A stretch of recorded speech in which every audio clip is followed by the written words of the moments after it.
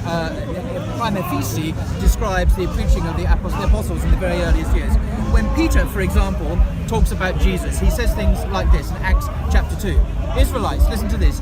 Jesus, and verbatim quote, was a man attested to you by God, through whom God did miracles amongst you, as you yourselves know. So that's a clear statement. That is Acts 2:22. Next statement, Acts 2 verse 32. Peter then says the following, that God made Christ, according to the NIV, Christ, both Lord and Messiah.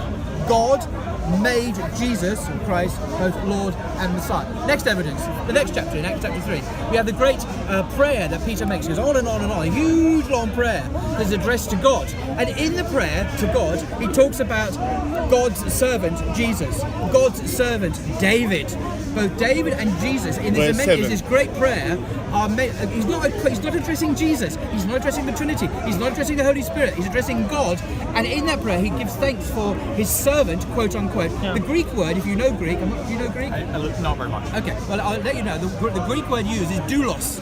And doulos is a very precise word in Greek. It means one thing. It means slave.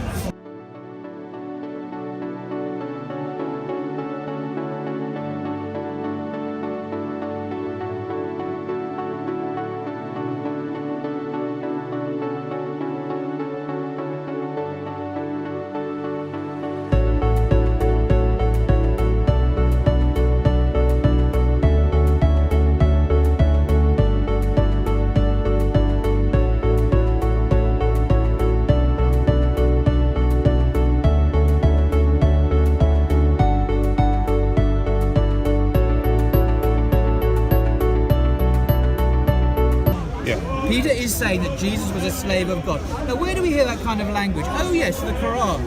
And we are described, the good believers are described as slaves of Allah. It's exactly the same language as is used. So in fact, throughout the entire book of Acts, never is Jesus referred to as God incarnate, or God, or second person of the Trinity, or any of that.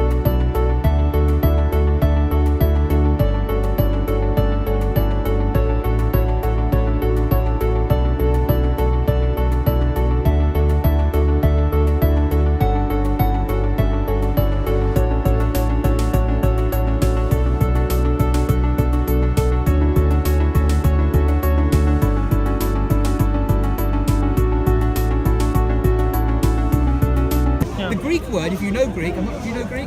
Not very much. Okay, well, I'll let you know. The Greek word used is doulos.